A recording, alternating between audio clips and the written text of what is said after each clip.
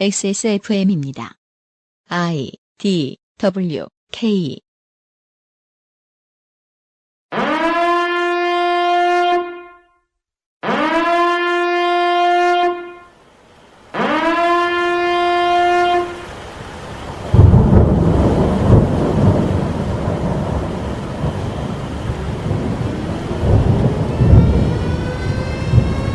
생각할 수 있는 재난의 종류가 워낙 많았지만 그래도 저희는 준비하고 또 준비해왔습니다. 하지만 재난 전문가 서무일성님께 쏟아진 질문은 충격적이었습니다. 대통령을 퇴진시켜야 하는 재난은 우리가 미리 대비할 수 없는 것이냐? 두 가지 점에서 당혹스러웠습니다. 하나는 이것도 재난이 맞다는 점, 또 하나는 미리 대비하기엔 많이 늦었다는 점이죠. 그래도 준비해봤습니다. 거의 모든 재난으로부터 살아남는 법. 두 번째 시간은 외전입니다.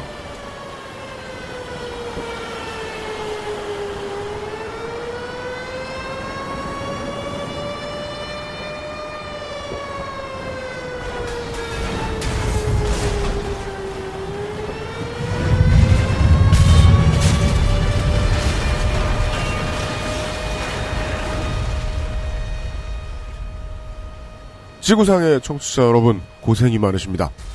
그냥 한국의 인구 50만 이상 도시에서만 사람들이 모이는 줄 알았는데, 그게 아니었습니다. 검색을 해보면요, 한인회가 막 다 모이나봐요. 네. 예. 한인회 되게 많잖아요. 어딜 가나 있잖아요. 네. 다 모여서 집회하시나봐요. 케냐 나이로비에서도 하시더라고요. 고산병 약은 드시고 하시는지요? 고산병 약을 드셨는데 부작용이 멋질 않아가지고. 그러니까 그게 그 뉴스를 이제 반만 보신 분들은 무슨 나이로비 공항에 내리면 사람이 이러고 죽는 줄 알아요. 숨을 못 쉬어가지고. 그런 곳은 세상에 없습니다. 사람이 살지도 않죠. 네. 예. 주 5일제를 시행하고 보니까 알았죠. 우리가 이틀이 생각보다 놀기엔 짧다. 휴식하고 재정비하기엔 짧다. 놀기에는 평생도 짧죠. 물론 전 그렇게 생각 안 해요. 전 10년을 놀아보니까 지긋지긋해가지고 그 아이를 되게 열심히 했거든요. 네. 예, 쉬지 않고 열심히 했거든요. 네. 10년 놀면 또 일을 열심히 할 수 있을 수도 있어요. 네. 다만 일주일에 5일 일하시고 나면 요새는 저희가 그렇게 하니까 이틀을 논다는 건 이틀 동안 집안일을 한다는 거예요. 밀린. 그건 사람마다 다르긴 해요. 그래요? 네. 저는 세상의 절반 이상이 주부라고 생각하기 때문에 혼자 사는 사람도 많으니까. 네. 집안일 하다 보면 그냥 주말 다 가요. 네. 근데 집안일을 몰아놓는 사람의 타입이 그렇고요. 그런가요? 네. 집안일을 매일 조금씩 하는 사람은 또 다르죠. 그럼 더 죽어요. 예. 열심히 하시는 분들이 있어요. 전 아직 집에 이제 아이가 없으니까. 네. 그렇게까지 매일같이 바닥바닥 할 필요는 없단 말이에요. 좀 스스로에게 핑계를 막 댑니다. 이런 식으로. 근데 이제 아이도 있고, 혹은 어른을 모신다거나, 네. 가족 구성원이 많다. 그러면은 꼭 한두 사람이 덤탱이 쓰고 매일같이 하잖아요. 그렇죠. 매일같이 해버릇하면 또 하루에 1시간 반 이 정도가 좀 모자라요. 그리고 하는 사람 눈에만 보이잖아요. 맞아요. 안 하는 사람은 씩 웃으면서 꼭 할 필요가 있냐 물어보죠. 귀여운 척하면서 옆에서. 그러니까 빗자루질을 해야 얼마나 더러운 줄 알잖아요. 네. 인생이 그런데 지금 주말마다 나가가지고 전 세계로 다 얘기할 것 같으면 추운 데서 더운 데서 먼지 많이 나는 데서 떨고 있어야 됩니다. 저는 개인적으로 되게 부끄러웠어요. 뭐요? 100만이 모였던 날 있잖아요. 네. 그때 걱정했거든요. 네. 이번에 정점을 찍고 3주 전. 네. 네, 다음 주부터 인원이 줄어들면 어쩌나. 그죠. 예, 이 전국은 되게 오래 갈 것 같은데 네. 이번에 너무 일찍 정점을 찍지 않았나라고 걱정을 했는데 네. 그 다음 주에 바로 부끄러워졌습니다. 스스로한테 물어보면 저는 그건 답이 나오는 것 같아요. 내가 지난주보다 더 가고 싶다. 네, 맞습니다. 그럼 사람들도 다 가고 싶어요. 네. 예. 사람들은 그 마음을 가지고 스포츠나 공연 같은데 표 열심히 구하는 사람들은 이번에는 엄청나게 경쟁해야 되겠구나 하고 딱 알거든요. 예. 저는 지금 듣고 계신 모든 분들이 비슷한 생각을 하고 계시리라 봅니다. 내가 가고 싶으면 다들 가고 싶습니다. 그러고 보니까 이번 주 토요일은 제 친구가 결혼을 하거든요. 네. 하객들이 이제 결혼 끝나고 다 같이 집회를 가자고 얘기 중입니다. 그렇죠. 근데 실제로 주말에 결혼식장 요즘 보시죠? 제가 지나가다 이제 봤어요. 네. 주말에 결혼식장 보면요. 등산화 신고 있는 사람 꽤 많습니다. 예. 모두가 고생이 많으십니다. 네. 네. 주인 노릇이 그렇게 어렵습니다. 차 한 대 관리하기, 컴퓨터 한 대 관리하기, 청소기 청소해주기. 이런 거 얼마나 어려운 일입니까? 네. 나라의 주인 노릇하는 게 얼마나 귀찮고 어려운 일인지. 그걸 그렇게 또 열심히 하고 있다니 놀랍습니다. 그렇습니다. 예. 저희들은 준비된 방송을 할래야 할 수가 없습니다. 아니 그렇다고 네. 지금 전국을 준비할래야 할 수가 없습니다. 그것도 그렇습니다. 네. 그리하여 계속해서 이제 앞으로 방송을 나와주셔야 될 뭐 손희상 선생이라든가 다들 정신이 없습니다. 그렇습니다. 그동안 준비했던 거 다 날리고 특히나 오늘 이분이 크게 고생하실 겁니다. 오늘 나와야 될 일이 없는데 멱살 잡혀 끌려 들어오신 격입니다. 광고를 듣고 시작하죠. 그것은 알기 싫다는 에브리온 TV. 다 따져봐도 결론은 아로니아진. 한 번만 써본 사람은 없는 빅그린 헤어케어. 바른 선택 빠른 선택 1599 대리운전. 나의 마지막 시도 퍼펙트 25 전화영어. 기억력 개선에 도움을 줄 수 있는 공신보감에서 도와주고 있습니다. 예. XSFM입니다. 젊은 남자라고 머리카락 고민 없는 거 아니잖아. 그래도 명색이 남친인데 맨날 모자만 씌울 수 있나. 그래서 내가 비장의 선물을 했지. 갑자기 확 좋아진 건 아니어도 얼굴은 정말 밝아졌어. 차이가 느껴지나 봐. 빅그린 투쓰리 약산성 샴푸. Big Green. 설페이트 프리. 언제까지나 마지막 선택. 아로니아 진.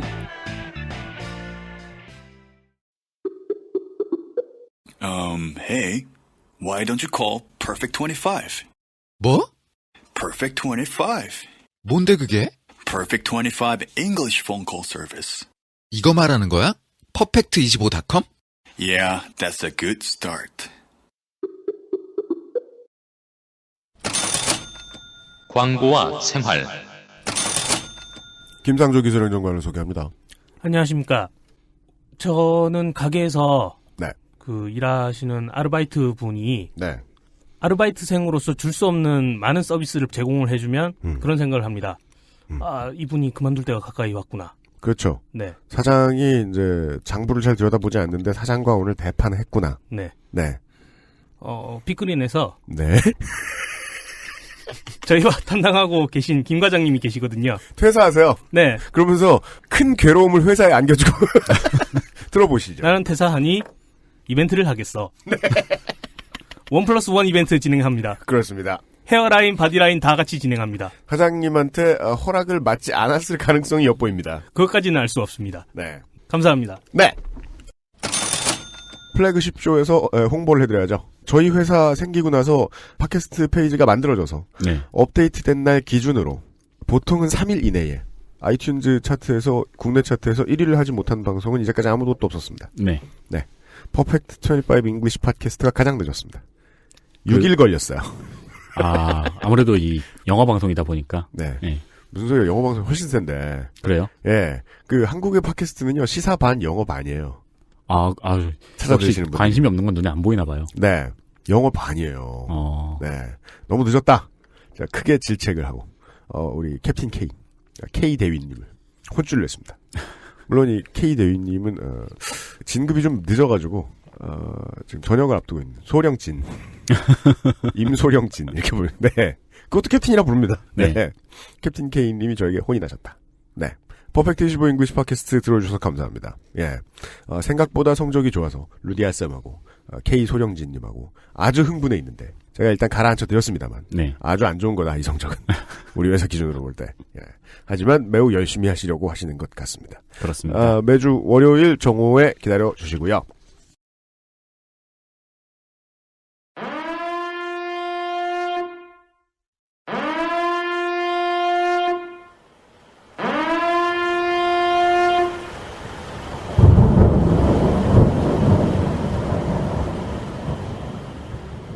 DIY 서바이벌 가이드북. 거의 모든 재난으로부터 살아남는 법.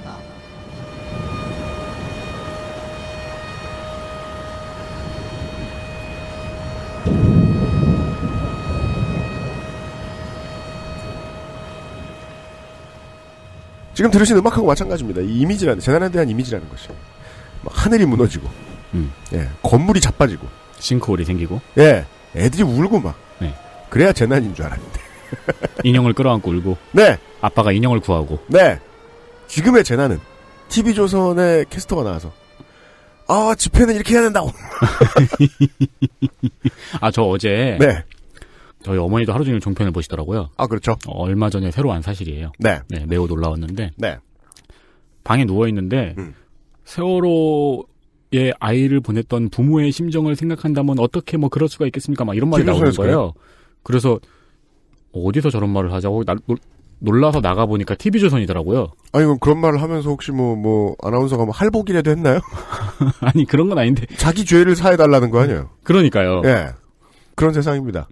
그것 때문에 이제 기분 나쁘다고 그쪽에서 하는 말 듣지 말고 집회는 이렇게 하자 저렇게 하자 다양한 의견들이 나오고 있는데 저희들이 집중하고 있었던 것은 이런 일이 다른 많은 나라에도 있었을 텐데. 네. 잠시 후에 이제 사무총님 말씀해 주실 테지만 그라시아 씨도 얘기했죠. 예.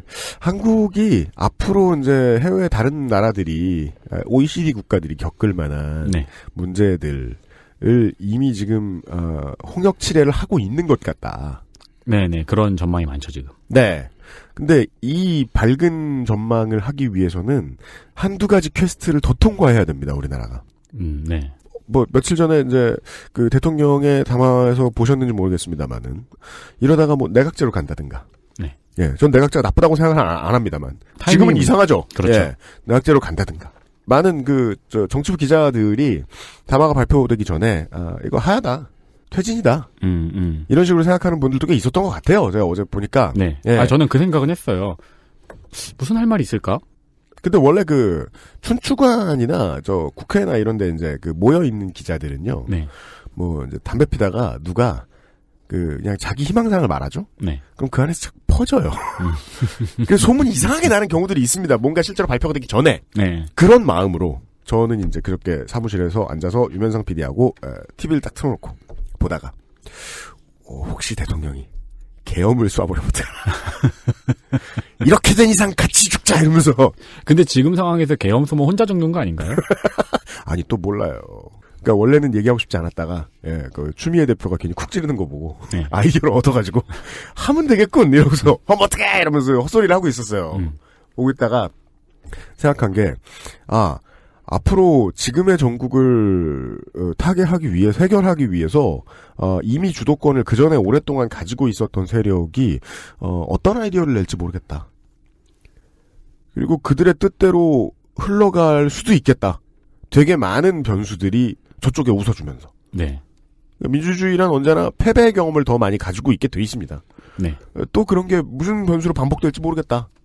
이럴 때 해외 사례들을 좀 봤으면 좋겠다는 생각만 얼핏 하고 있었는데 우리 불쌍한 재난 전문 칼럼니스트가 지난 10년간 가장 드라마틱하게 정권이 무너지고 시스템이 교체된 국가에 계셔본 관계로 원래 이런 걸 하려고 오신 게 아니었잖아요. 그 당연합니다. 그거죠. 아니죠, 당연히.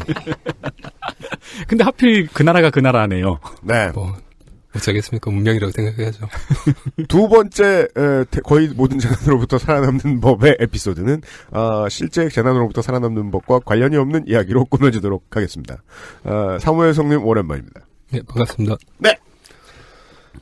그게 아마 2차 촛불 집회였나 그랬던 걸로 기억합니다. 이게 촉하고 앉아있는데 네. 꽤 많은 분들이 알아보시더라고요. 그러면서 이제 진짜요? 네. 재난 나왔던 거 가지고 그래서 말씀하시는 게 이 재난은 도대체 어떻게 할 거냐.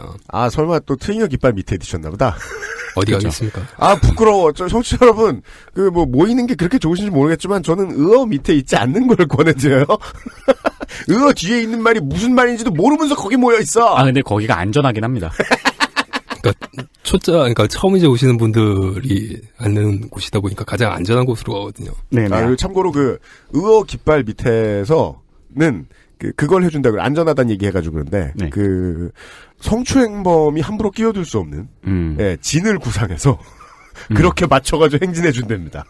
네. 관심 있으신 분들 참고하십시오. 와, 그럼 그 열이 점점 커져서 몇백 명 단위가 되면 그것도 재난 아닌가요? 그거는 누구에게? 성추행범에게? 아니요. 의호 깃발을 바라보는 시민들에게요. 그렇죠. 대체 저건 이미 많은 분들이 궁금해하고 계세요. 대체 저건 뭔가? 네. 아무튼 그 밑에 있으시니까 사람들이 사무엘 성님을 알아봐 주셨어요. 네. 그리고는 적용했어요. 이 재난에 대해서 해설해달라. 대체 그게 왜 사무엘 성님 책임인지는 아무도 모르지만. 정치자들 무책임하긴! 아무튼, 근데 이게 지금 이제 발생한 재난이 아니잖아요, 이게. 2012년에 이미 발생을 한 재난이죠. 그렇죠. 사실 이분이 청와대 들어가실 때 정상적으로 퇴임하지 않을 거라고 생각하셨던 분들이 꽤 많거든요. 네. 저도 그렇고, 아마도 새누리당에서 탄핵하지 않을까 이런 얘기들도 좀 나왔었어요. 네. 근데 그리고 아고라 같은 데 보고 있으면 많은 분들이 이것은 2006년 대선 경선할 때 이미 발생한 문제다. 예. 10년의 플랜으로 이미 정해져 있었던 것 같다라고 하시는 분들도 많더라고요. 당장 그 상황이었다고 한다면 2012년의 상황이었다고 한다면은 뭔가 지금 이런 정치적인 제안들은 어떻게 대비를 해야 되는가를 가지고 얘기들을 할 수 있겠지만 이거는 어떻게 살아남는 게 제일 지금 중요한 상태가 된 거죠. 말씀하셨지만 이게 제 경험으로 봤을 때 그렇게 쉽지가 않더라고요. 제가 네팔에 처음 갔던 게 2006년이었는데 네. 10년 전이죠. 그것도 이제 폭군이었던 왕을 끌어내렸으니까 민중의 승리라고 할 수 있었던 그런 상태였는데 저희가 오늘 이제 사무총님이 알려주신 사례가 얼마나 무서운 얘기냐면 여긴 심지어 왕정이 무너졌습니다. 예. 스테이지로 보자면은 한 2단계 정도가 딱 정리가 된 건데도 이게 새로운 헌법 만들고 민주주의 국가 비스무리한 나라 꼬라지를 갖춰가는데 10년이 걸리더라고요. 여기에 사무엘성님이 일단 들어가셨을 때는 끌어내려진 다음이군요. 아, 왕이 이제 그 국무총리에게 하야하겠다라는 모든 권한을 넘긴다라는 성명 발표한 그 다음 날이었어요. 아, 그 다음에 이제 들어가신 거군요. 그러니까 스테이지 몇 개를 클리어한 나라에. 그렇죠. 그런데도 이게 좀 쉽지가 않더라고요. 일단 그 독재라고 하는 것 자체가 한 국가의 정치 권력이 한 명 아니면은 아주 이제 소수에게 집중되어 있어서 네. 그 사람들이 이제 제거가 된다라고 한다면 순식간에 진공 상태가 되는 거거든요. 네, 그렇죠. 중요한 단어 같습니다. 진공 상태. 그러니까 진공 상태로 있었던 시간들이 오래 된다면은 그만큼 이제 그 진공 자체를 갖다가 어떻게 메워줄 수 있는 준비가 안 돼 있는 상태에서 그걸 갖다 받아들이게 된다는 거예요. 우리나라 같은 경우에는 진공 상태로 오래 있었던 적이 없어서. 네. 아니죠. 이번도 사실은 거의 한 반 정도는 진공 상태였다고 봐야죠. 한 10년 정도는. 지난 10년간 뭐 방송 기자들 치고 제대로 뭐 방송들을 할 수 있었던 사람들도 없었고. 요렇게 생각하면 좋을까요? 지난 4년간의 한국의 정권은 가짜 였다는 게 이번에 밝혀진 거죠. 밀리베닐리. 네. 이것도 이제 절반의 진공이다라고 볼 수 있죠. 이런 독재자들이 지배를 하고 있는 나라들을 도와주고 있는 NGO가 있어요. 예, 그렇죠. 예, 그 중에 하나가 캔버스라는 조직인데, 캔버스. 이게 비폭력 행동주의와 전력 응용센터라는 말, 그러니까 Center of Applied Non-Violent Action and Strategies의 약자인데요. CANVAS. 예. 이 조직은 그 밀로세비치를 쫓아내는데 성공했던 세르비아인들이 주동해서 만들었던 곳입니다. 아하. 일단 경력자들이네요. 경력 많은 분들이고요. 그리고 그 여기 참여하시고 계시는 분들 중에 그 대북으로 우리 그 미 대사님 출신인 거기 출신인 내비실 출신들도 있다고 하더라고요. 아 진짜요? 예. 그렇겠네요. 네, 밀로세비치의 퇴진 때를 생각을 해보면 예. 그 이후에 이제 그분들이 결합을 한 거죠. 아저씨 같은 분들이네요. 짱 잘생긴. 하여튼 이분들에 따르면 이제 독재자를 쫓아내는 거는 아케이드 게임에서 이제 스테이지 1의 마지막 악당을 처리한 거다. 첫판 깬 거다. 예. 독재자를 쫓아내고 블라블라가 훨씬 긴 거다. 그러니까 뭐 대충 지난 5년간 자기네들이 그 계산했던 걸로는 비폭력 투쟁으로 자기네들이 독재자를 쫓아내는 게 한 42% 정도를 성공을 했대요. 네. 근데 10년간 그 제대로 된 국가를 만드는 거는 그 절반 정도밖에 안 되더라는 거죠. 42%에서 또 절반이요?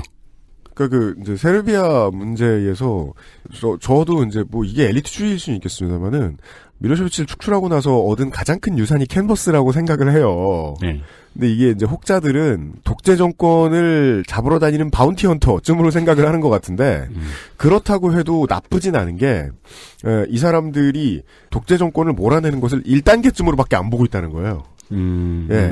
진짜 원하는 것은 시스템의 재정립. 예. 그건 민중을 위한 거라고 봐야죠. 어떻게 보면 또 경력자라서 할 수 있는 생각이네요.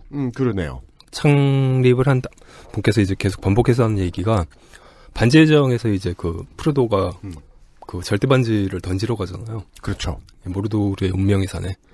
그 기나긴 여정이라고 생각을 해야 된다는 거죠. 그렇게 험난한 여정들을 겪어야 된다고. 예. 사실은 그게 영화여서 그렇지 실제였다면 골룸이 한둘이 아니다. 그렇죠. 수백만 골룸이 들러붙었을 것이다. 비슷한 세계관의 다른 게임을 들어 말하자면은 끌어내리는 거는 고블린 마차 하나 해치운 거다. 그러네요. 네. 네. 실제로 꽤 많은 나라들이 그런 게 인도네시아 같은 경우 1998년에 독재자 수하르토를 끌어내리거든요. 네. 근데 민주적인 대통령이 선출되는 건 2014년 10월이었습니다. 16년? 그 정도 걸렸던 거죠. 뭐 2004년 오렌지 혁명의 우크라이나는 아직도 혼란 상태고요. 그 큰 나라가요. 그렇죠. 뭐 예. 그 외에도 굉장히 많죠. 그 중에서 제가 아는 이제 최악의 사례를 한번 좀 예를 들어보려고 합니다. 아, 최악의 사례? 예, 네팔 얘기입니다. 네. 거기 계셨어요, 하필. 하필 거기 있었어요. 예. 네, 최악의 사례에. 네. 여러분 이제 인정해 주셔야 돼요. 재난 마스터세요. 네. 재난 마스터인지 재난을 부르는 이인지는. 네. 이것도 재난 아니냐? 그러면은 내가 겪어본 게 있다. 나올 수 있어요. 네. 2001년 6월 1일에 그 네팔의 왕궁 나라야니티 왕궁에서 나라야니티라는 그 왕궁에서 총성이 연달아서 들립니다. 여기가 그 여행자 거리에서 굉장히 가까워요. 그래서 그 여행자들도 좀 이제 굉장히 많은 분들이 당황했던 그런 경험들이 있는 시점이었죠, 이게. 예언자 거리요? 아, 여행자 거리. 아, 여행자 거리요? 죄송합니다. 네. 참고로 치면 그 이태원 바로 앞에 있는 거예요. 근데 그 여행자들이 총성을 들었을 정도로. 총성을 듣고 이 양반들이 어떻게 해야 될지 모르는 상태들이 한동안 됐었죠. 이태원에 좀 고풍스럽고 큰 건물 뭐 있나? 모스크? 네네. 안쪽으로 좀 들어가면? 네네. 네, 아주 가까운 곳. 아니, 뭐 힙합 옷 파는 곳. 네. 고풍스럽고 큽니다. 네, 그래요. 맞아요. 예. 옷이 큰 거 아니야? 네. 근데 아무튼 뭐 그렇게 큰 왕궁은 아니에요. 굉장히 좀 이제 소박하게 생겼는데 그 왕궁에서 그 총성이 울리고 나서 그 다음날 아침에 이제 방송이 됐던 게 국왕 일가 모두 몰살도 됐고 국왕 일가가 죽었다. 예. 살해당했다. 예. 그 범인은 왕세자다. 왕세자다? 그러니까 아들이 아버지를 다 죽이고 아버지 누이 뭐 엄마를 다 죽이고 한 9명 정도가 죽었다. 정치적 해석을 하기가 상당히 애매합니다. 왕자리를 물려받을 사람이 지금의 왕을 죽일 이유가 별로 없으니까요. 그렇죠. 그리고는 이제 본인도 자살을 기도를 해서 병원에 있다라고 이제 발표가 된 거죠. 묘하네요. 근데 이게 그날 이제 서거하셨다고 발표된 국왕이 비렌드라 국왕님인데 이분이 존경도 좀 많이 받고요. 인기도 꽤 좋았던 편입니다. 그러니까 뭐 어느 정도로 인기가 좋냐면은 저희 장인 장모님 그 안방에 두 분 사진이 걸려 있어요. 사무엘성님의 장인 장모님은 네팔인이십니다. 네. 그러니까 그 뭐 남부 지역 가면은 비렌드라 왕과 아슈아라 왕비의 사진들을 걸어놓은 집들이 굉장히 많아요. 아이슈아라 왕비가 그 비렌드라 국왕의 왕비. 네. 예. 그리고 그 가족이 뭐 이분들이 이제 돌아가신 지 16년이 지났는데도 주요한 거리들에 비렌드라 촉이라고 이제 비렌드라 사거리라고 돼 있는 곳들이 굉장히 많죠. 그래요? 예, 이름 자체도 이제. 뭐냐면 주소가 똑같냐? 오. 심지어 그 서거 소식을 듣자마자 그 네팔 항공의 조종사 한 명은 비행기를 추락시키려고 기도를 했었어요. 비행기를 추락시키려고요? 예. 같이 순장하겠다고. 어머, 자기랑 승객들이랑 같이요? 예. 거기에 이제 그 깜짝 놀래가지고 승객들이 다 난입을 해서 기장을 갖다가 끌어내렸죠. 아, 그걸 또 승객들이 난입을 해서 기장을 끌어냈어요? 예. 못 들어가지 않나요? 그걸 깨고 들어갔어요. 사람들이 어떻게 하더라고요, 그걸 또. 와. 이건 예. 시작부터 끝까지 놀라운 일이네요. 그러니까 참 민주주의가 참 중요한 게 그 여객 운수 조종 운전 하시는 분들 정신 건강이 야 이거 어떡합니까? 진짜 와. 예. 근데 부기장이 다행히 맨정신이라. 부기장은 이제 그 컨트롤 자체를 갖다가 못하고 있던 상태에서 이제 끌고 내리니까 바로 이제 회항을 시켰죠. 아, 그럼 부기장이 문을 열어줬을 가능성이 있네요. 둘이서 싸웠던 것 같기도 하고 아무튼 어찌됐건 간에 열고 들어가서 했대요. 오. 네. 그 부분 그 당시 이제 난입했던 분을 제가 좀 아는데. 그러세요? 참. 카트만두에서 굉장히 그 잘 나가는 양어장하고 있어요 지금. 그때 죽을 뻔했던. 예. 그 뭐 굉장히 그 민주화운동 굉장히 오래 하셨던 분들 중에 한 분이세요. 하여튼 왜 이렇게 인기가 좋았냐면은 1990년에 처음 이제 그 국민행동이라고 권리들을 갖다 더 내놔라 왕에게 이제 그런 요구들을 하니까 이 양반이 그럼 입헌 군주제로 갈게. 국민행동이란 뭐 1년의 집회 혹은 뭐 그러니까 계속 새로운 정치 세력의 등장 이런 겁니까? 계속 집회가 좀 이어졌죠. 우리들도 민주주의적인 정부를 원한다. 이러니까는 그래 그러면은 뭐 정당 합법화시키고 나는 입헌 군주제로 넘어갈게. 왕이 스스로. 예. 그렇게 해서 이제 그 넘어갔고요. 정당들도 합법화시켰고 이런저런 형태들의 복지 혜택들 같은 거를 주겠다고 실제로 많이 돌아다니기도 했었어요. 그 전제왕권에서 정당들은 그냥 불법 단체 같은 건가요? 허용이 안 되죠. 당연하죠. 네. 그러니까 이제 2001년에 서거한 살해당한 비렌드라 왕은 90년도부터 이미 10년 전부터 이미 입헌군주제로 가는 로드맵을 생각을 하고 실행 중에 있었다. 90년에 입헌군주제를 만든 거예요. 72년에 그 왕위를 갖다 바꿨거든요. 18년 뒤에 입헌군주제로 바꾸는 거죠, 자기가. 입헌군주제를 들인 왕이 살해당했어요. 그러고 나니까 이제 사람들이 조금 의심을 하게 되는 게 바로 이제 받은 게 동생이 받았거든요. 네. 권앤드라라는 분이 받았는데 왕세자는 지금 왕가를 모두 살해했다고 지목된 왕세자도 본인이 뭐 실제로 어땠는지는 알 수 없지만 자살을 기도했다고 하니 몸 상태가 멀쩡치 않아서 동생이 왕위를 물려받았다. 정확하게는 그 3일 뒤에 죽어요. 병원에서요. 왕세자도요? 예, 왕세자도 3일 뒤에 죽고 3일 뒤에 죽고 나자마자 이제 그 당시 이제 조사를 책임졌던 동생이 왕위를 물려받는 거죠. 조사를 하던 장본인이 왕위를 물려받았다. 물론 뭐 왕세자가 죽었으니 맞긴 한데. 그런데 이게 그 분이 왕위를 물려받을 때부터 사실 좀 평이 안 좋았던 게 이분도 사실은 왕의 경험이 잠깐 있거든요. 그렇습니까? 예, 형이 잠깐 이제 그 밖에 나가가지고는 공부하고 있었을 때 자기가 왕위를 좀 받았었어요. 비렌드라 국왕이 하버드, 그러니까 영국 이튼 칼리지하고 하버드에서 공부했던 양반이거든요. 네. 그 사이에 이제 잠깐 자기가 왕위를 가지고 있었죠. 유학 나갔을 때 대리 왕을 했다. 근데 그 당시에 평이 굉장히 안 좋았어요. 왕위에 있었을 때? 예, 그래서 이 사람이 왕이 되는 거 보고 별로 이제 좀 심상치 않게 생각들을 하다가 나중에 이제 이 양반이 하는 것들을 보고는 그 실제로 살해한 사람이 왕세자가 아니라 저 집이 아닌가. 동생이 이제 쓸어버린 게 아닌가. 했거나 사주하지 않았겠느냐. 뭐 이런 얘기들이 굉장히 많이 나왔죠. 근데 그 범인이라고 이제 지목이 된 그 왕세자가 다 죽이고 자살을 할 정도라면은 어떤 방법으로 그걸 사주를 할 수 있을까요? 사람들이 믿는 썰은 동생의 아들이 다가가지고 룩 해버리고 위장을 해놨다. 위장을 해놨다. 예. 그죠. 보통은 그렇게 했겠죠. 증명이 되지는 않은 게 조사가 여러 번 이제 됐거든요. 네. 왕정이 끝나고 나서도 조사를 한번 했었는데 그것들을 반박할 수 있는 증거들은 또 나오지도 않았어요. 그러니까 최초의 용의자라고 할 수 있는 사람이 사흘 만에 죽어버렸으니 뭐 증언을 확보할 방법도 없겠고 처음에 소문이 났다는 게 이런 거라는 거 아닙니까? 이유가 왕세자가 자기가 원하는 여자하고 결혼을 해야 되는데 그걸 허락해주지 않아서 가족을 다 죽였다. 이었는데 사실은 둘이서 살고 있었거든요. 살고 있다 갑자기. 사실혼 관계는 지긋지긋하다. 그리고 이렇게 며칠 만에 나오는 소문은 보통 의심스럽잖아요. 그렇죠. 그리고 의심스러울 만한 게 그 일가족이 다 몰살을 당했는데 이 사람은 살았네요. 그러니까 그 왕의 계열 승계 순위가 1위부터 이제 쭉 나가잖아요. 네. 10위까지가 다 죽고 11위는 그 자리에 없었던 거예요. 그리고 13위가 또 그 자리에 있었고. 공교롭네요. 그러니까 그 13위가 누구냐면은 동생의 아들.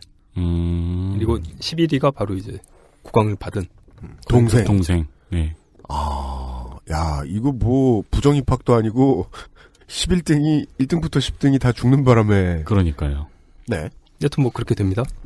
그러고 나서 이제 본격적인 다시 전제국가로 다시 돌아가게 되죠. 입헌군주제 없던 걸로 하고. 입헌군주제를 되돌려요? 예. 정당 다 취소시키고? 예. 모조리 다 불법화되고요. 근데 이게 그 네팔의 그 가문들이 이제 명문가들이 좀 있는데 그 중에서 가장 큰 명문가라고 할 수 있는 집안이 라나 가문이라는 곳이에요. 라나 가문. 예. 네. 뭐 카트만두에 가면은 좀 으리으리한 옛날 한 17세기, 18세기 정도에 만들어졌다라고 싶은 생각이 드는 딱 건물은 다 이 집안 거예요. 진짜요? 예. 그 여행자 거리 바로 앞에 굉장히 유명한 정원이 있는 그 카페가 있는데 거기 같은 경우도 원래 거기 그 집안 출신이었죠. 그 집안 그 소유물이었죠. 근데 이분들이 약 200년 전에 힌두교를 수입을 해요. 이 집안이 유력가라고 하는 건 종교를 그 나라에 들여와서 퍼뜨릴 정도의 재간도 있는 곳이다. 전통적으로 이 집안이 그 무력을 가지고 있었고요. 군권을 몽땅 다 가지고 있었고. 가장 센 호족이네요. 군권을 유일하게 가지고 있었던, 행사할 수 있었던 집안이고, 동시에 또 왕실에게 대대로 이 아내를 갖다 주는 그런 집안이었고. 가만있어 봅시다. 왕실을 제외하고 군을 지니고 있었던 유일한 집안인데 그 집안에서 매번 왕비가 배출됐으면 그 사실만 가지고도 왕실보다 좀 세다는 인상을 받게 됩니다. 그렇죠. 지금 나온 사실만 생각해봐도 왕이 가지고 있는 군대보다 훨씬 더 많은 군대를 보유하고 있을 거란 짐작이. 아니 왕의 근위병을 제외한 왕의 군대는 없었어요. 아 정말요? 뭐야 그게? 신기한 나라네요. 그리고 대대로 섭정을 했어요. 그렇겠네요. 그렇겠죠. 국무총리가 이제 이 집안에서 계속 나온 거죠. 이러고 섭정을 안 하면 진짜 좋은 집안이죠. 역사에 다시 없을 좋은 집안이에요. 이제까지도 없었던 것 같아요. 국방을 맡아준. 네. 사심 없이. 근데 이게 수입을 한 이유가 뭐냐면 힌두교에서는 그 신을 찬미하는 브라만들 같은 경우에는 당연직 지주여야 돼요. 네. 왜냐하면 신을 찬미하는 고귀한 일을 해야 되니까 일을 하면 안 돼요. 아, 그리하여 지주라는 직이 당연직이 돼버리는군요. 생산수단을 소유해야 된다. 그러니까 말 많으니까는 아예 그냥 그 수입해가지고는 나 이러니까는 말하지 마. 아, 저 나라의 종교를 가지고 오면 우리는 놀아도 되네? 그렇죠. 해서 가져온 거예요. 어느 정도로 이 양반들이 돈을 많이 얻었냐면 그 외국에서 뭐 네팔이라는 나라가 있다고 하더라. 네. 라는 얘기를 들으면 아, 그 동네에 엄청나게 흥청망청하는 귀족 집안이 있다고 하더라. 그 집안이 라나 가문이라고 하더라. 아, 그럼 거기서 힌두교를 들여왔다는 건 저 같은 한국 아저씨가 생각할 수 있는 종교를 들여왔다가 아니라 국가 통치 제도를 수입한 거라고 봐야 되겠네요. 그렇죠. 완전하게 딱 자기네들이 장악할 수 있는. 그러네요. 그러면서부터 이제 소장농들은 모든 것들을 갖다 바쳐야 되는 그런 상태가 딱 되어버리죠. 딱 고정들이 되죠. 그 착취의 구조를 고착화시킨 게 힌두교의 수입이 결정적인. 그렇죠. 뭐 짧게 소개해 주셨는데 저희들은 지금 모든 걸 클리어하게 이해할 수 있는 것 같네요. 그러니까 왕실과 통혼까지 시킬 수 있었던 권력을 가지고 있었던 군권을 거의 다 장악하고 있었던 왕이 아닌 집안이 입헌군주제를 들인 국왕을 얼마나 마음에 안 들어 했겠느냐. 맞네요. 네. 그 집안 출신인 그 참모총장은 그 이코노미스트랑 인터뷰에서 이렇게 한번 이야기하기 했었어요. 참모총장 그 집안. 아, 그렇군요. 예. 네. 비란드라는 네팔에 맞는 왕이 아니었어. 당신도 알듯이 그는 인도의 다르질링에서 중고등학교를 나왔고 영국의 이튼 칼리지하고 미국의 하버드에서 공부한 사람이라고. 민주주의적인 양반이고 그가 가진 생각들은 네팔 보통 사람들이 따라갈 수 없는 생각들이라고. 아예 그 대놓고 이런 얘기들을 하기도 했거든요. 너무 민주주의적인 사람이다. 알겠습니다. 라나 가문 이해를 하시려면은 윤원영 집안이 윤원형 1506년에서 1565년 이조를 대표하는 부정부패의 마스터. 누나 문정왕후의 서포트를 등에 업고 사화를 일으켜 반대파를 숙청하고 그가 받는 뇌물에 비해 자기에게 나눠주는 것이 적다며 밀당을 하려던 형과 자신의 조카까지 정치적인 수단을 동원해 살해한 인물입니다. 뇌물을 너무 많이 받다 보니 징발령 선박을 정기 운영하기도 했으며 일부 기록에 따르면 그 배로 군함을 땡겨 쓰기도 했고 더 많은 토지 소유를 위해 간척 사업을 하기도 한 인크레더블 탐관오리로 역사에 남아 있습니다. 대대로 이제 좀 통혼을 하잖아요. 중종이랑 그 선조 이렇게 넘어가는 것. 맞습니다. 예.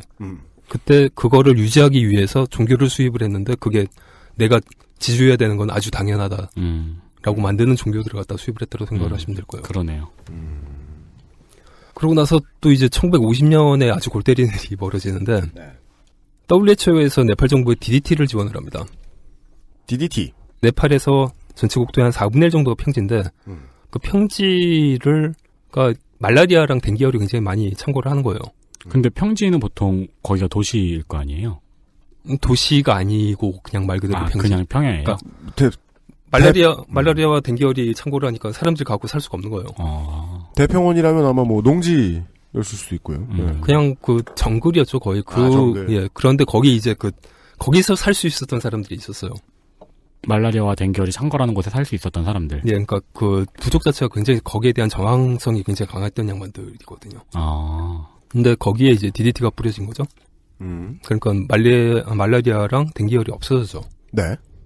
그런데 거기에 있던 양반들이 다른 데는 평소에 그러니까 그 교류가 있을 수가 없잖아요. 아무래도 병 때문에 그렇죠. 예. 그러니까 그런 상태다 보니까는 뭐 중앙정부에서 학교를 만들어줄 리도 없고 선생들이 가가지고 가르칠 리도 없고 그러다 보니까 안 그래도 문맹률이 굉장히 높았는데 토지가 자기 소유의 토지라는 걸 증명하는 뭐 이런 서류들 자체를 갖다 만들어야 된다는 것들도 몰랐어요. 아하. 그럴 필요도 없었겠네요. 그럴 필요가 없죠. 왜냐면 아무도 못 가니까. 말라리아가 지켜주고 있으니까. 네. 근데 말라리아랑 그 댕기열이 퇴치가 되고 나니까 거기가 이제 무주공산이라는 거를 알게 된 거죠, 사람들이. 혹은 라나 가문이. 그래서 개떼처럼 몰려가가지고 토지 등기들을 해버려요. 이건 엄청 신기한 참극이네요. 이건 마치 국방부 돈 같은. 먼저 본 놈이 임자. 근데 그 국방부 돈 같은 경우는 뭐 그 정도로 끝나지만 이거는 이 사람들 같은 경우에는 멀쩡한 자영농이다가 어느 순간에 그냥 토장농이 돼버린 거죠. 그것도 가장 밑에 이 적으로.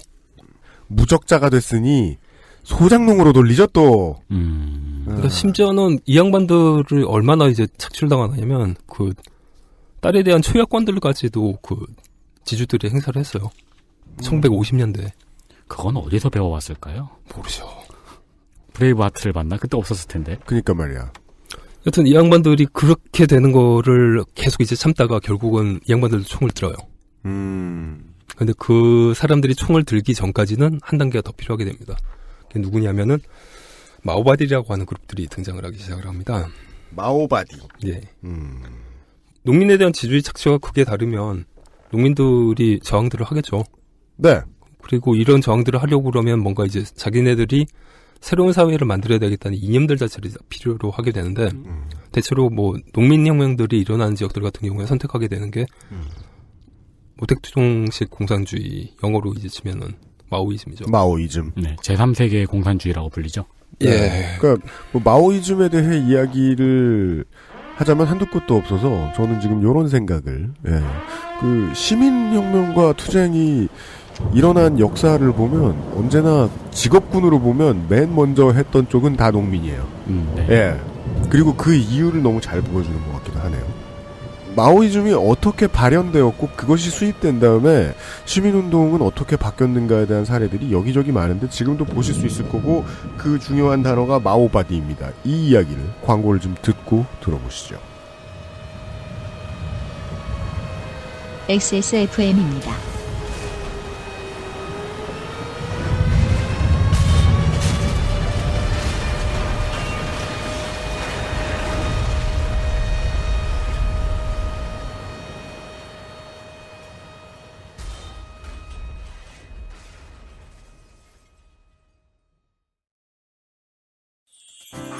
공신보감은 식약처로부터 기억력 개선 기능을 인정받은 건강기능 식품입니다.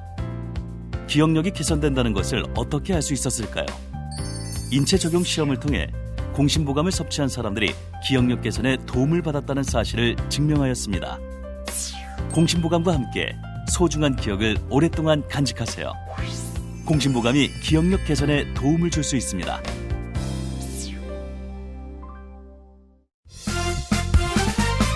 바른 선택, 바른 선택. 1599.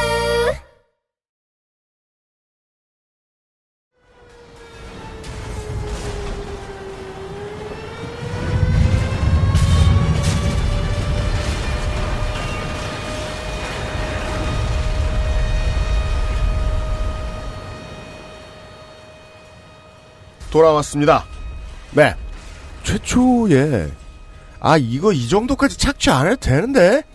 라는 생각을 일군의 사람들이 했다면 그 사람들은 농민들일 것임이 지당합니다. 네. 예. 우리 역사를 돌아보건대.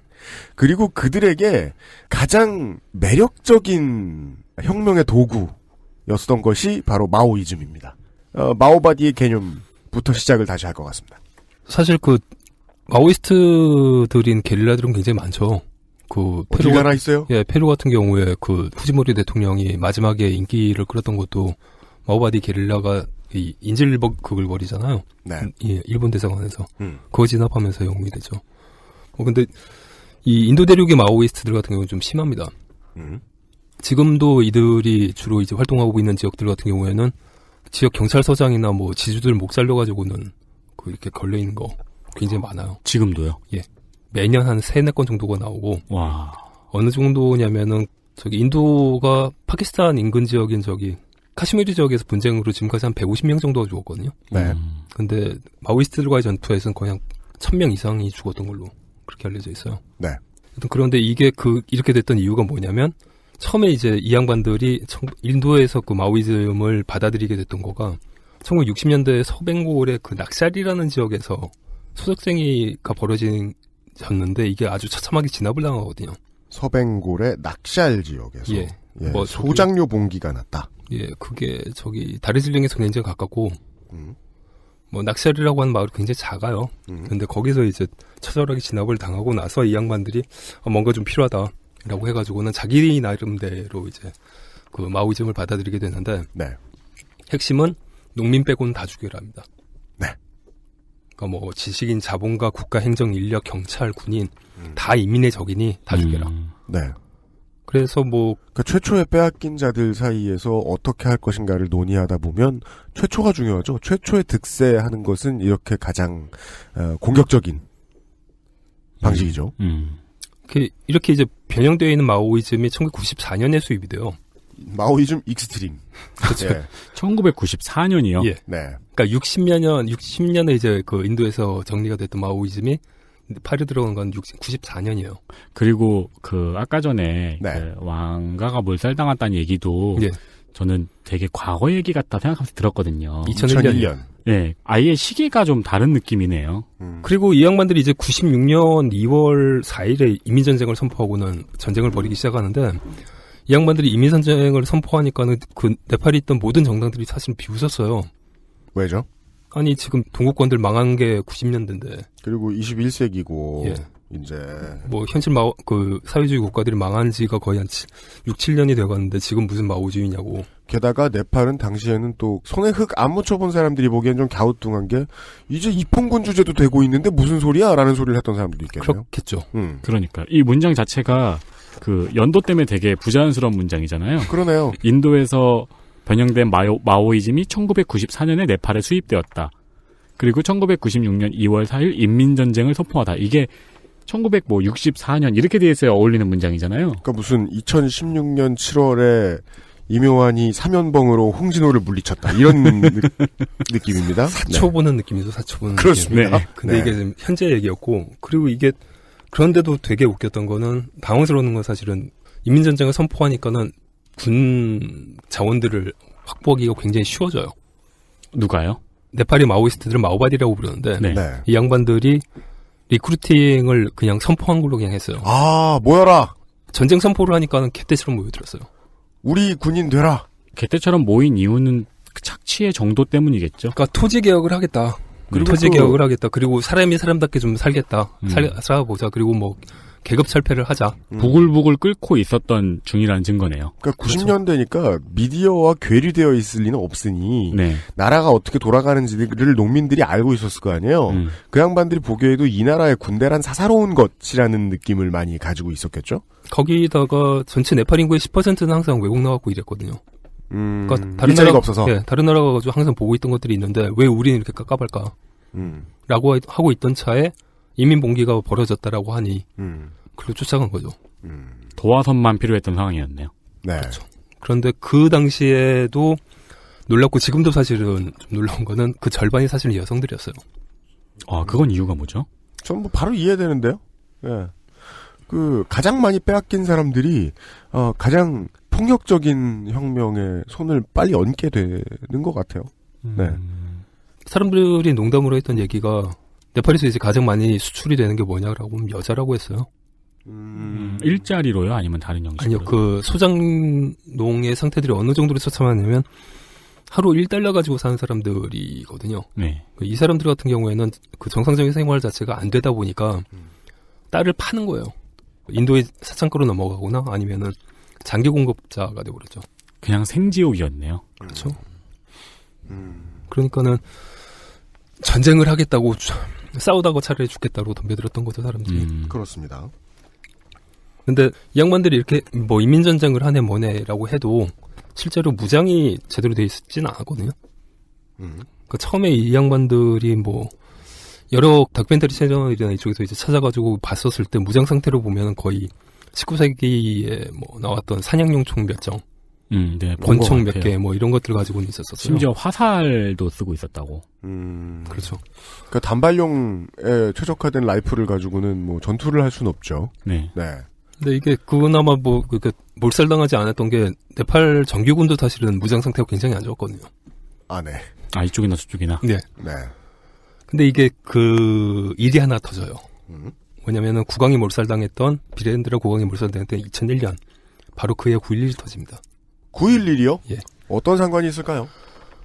당시 미국 대통령인 부시는 정부군에게 반하는 활동들을 하고 있는 부대들은 전부 다 게릴라들이라고, 테러리스트들이라고 그렇게 정리들을 해버리죠. 그리고는 그 모든 지역들에 엄청난 군수물자들을 갖다 투입을 합니다. 그리고 무기들까지도 엄청나게 보내죠. 어떤 분들이 트럼프와 아들 부시가 뭐가 다르냐고 하시는 분들이 있길래 이게 제일 다르거든요. 아들 부시는 경찰국으로서의 깡패짓을 너무 좋아하는 사람이었어요. 예.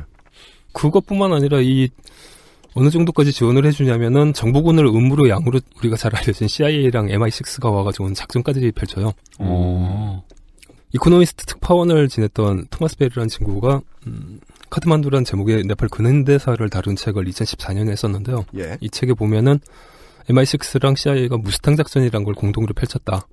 그리고 그 작전의 목표는 마오바디 수뇌부의 첩보였다라는 게 나옵니다. 뭐 어떤 장비들이 어떻게 얼마나 들어갔고 어떻게 진행했다는 것들까지 증언을 하더라고요. 그때 지금 저희가 아까 시계가 다르다는 얘기를 했는데 그때 들어간 미군들의 위력은 어마어마했겠네요. 그러니까요. 그리고 이게 사실은 제일 컸던 거가 무장의 수준이 달라져 버리다 보니까 지역에 삭살들이 벌어져요. 그럴 수밖에 없죠. 그렇죠. 예. 사냥총 갖고 싸우는 데에서 GI들이 들어왔으니까요. 그러니까 뭐 그럼에도 불구하고 마오바디 인민해방군은 5년 뒤인 2006년에 전체 네팔 국토의 70%를 장악을 합니다. 그럼에도 불구하고 예. 여기까지 베트남이랑 똑같네요. 그러네요. 네. 사람들이 못 살고 있는 상태들이 되면 인간답게 살겠다고 하는 욕망들을 어떻게 하진 못해요. 그리고 또 빼앗아갈 곳이 별로 없는 땅에 미국은 아주 많이 쏟아붓지 않죠.